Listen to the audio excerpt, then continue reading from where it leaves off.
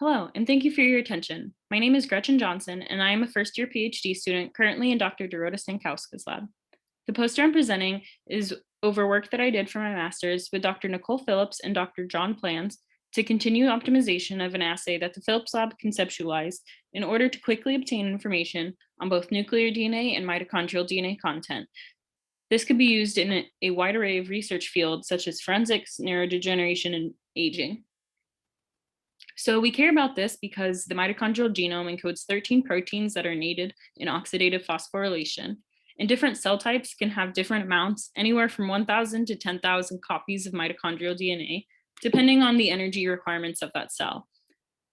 This has not been successfully done before because of this large imbalance in mitochondrial DNA with nuclear DNA, as well as the variation in size and shape, the nuclear DNA being billions of base pairs long and linear, and mitochondrial DNA being 16,000 base pairs and circular.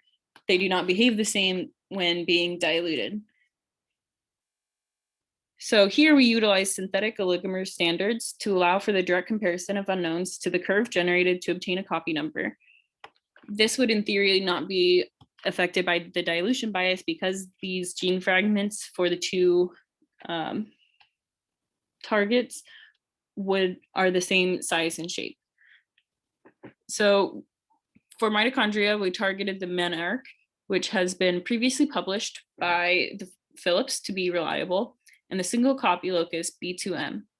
To assess the accuracy, a published standard reference material, SRM 2372A, was used. So starting on the left, looking at figure 1, this is the flowchart of the experiments that were done for this poster. Creation of that standard curve using the G-block gene fragments, which were reconstituted, normalized, and then a serial dilution, a 10-fold serial dilution of 6 standards was made. The efficiency of the targets were then assessed in singleplex assays before being approved for duplex assay. When run in duplex, they were then assessed for efficiency, accuracy, and precision. So the analysis that was done was a linear regression analysis to determine efficiency, standard deviations and confidence intervals, and the precision analysis. So starting with figure 2A, this is the representative standard curve with R-squared value of 1 and average efficiency of 86.9 for the MenArc and 87.3 for B2M. On figure 2B, this is showing the amplification plots of the standards with the threshold set at 0.1 for B2M and 0.2 for MenArc. This has been found to be a suitable efficiency for a duplex assay. Below it is table 1, which is the accuracy analysis. So table 1A was the first round performed using a range of concentrations for each component of the SRM from 25 nanograms per microliter to 0.0025. But the rows that were highlighted in red showed that below 2.5, there were no longer consistent results obtained. So the concentrations were adjusted, and table 1B shows the second accuracy analysis done. And on the new concentrations where consistent results were obtained. But it is important to note that for both table 1A and B, the overall accuracy was found to be problematic. None of the values, while consistent, none of the values were within the certified ratio range.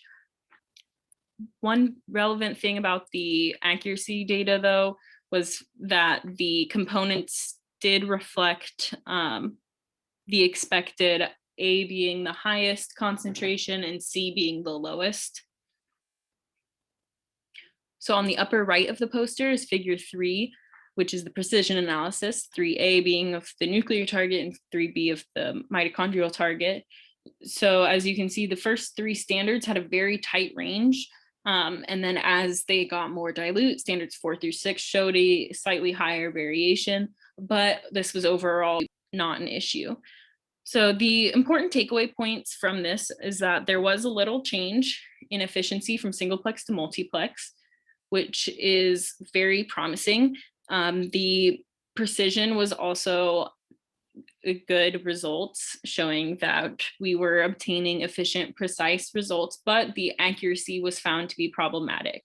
So ongoing analysis is needing to be done. So some limitations of this assay include that it is extremely sensitive in nature. So any deviations from protocol, mitochondrial contamination of TE, misstorage of primers, probes, or G blocks could result in inaccurate results. In conclusion, a lot of progress has been made, but there are still improvements that are needed to be done before this assay can be utilized to its full potential. Thank you.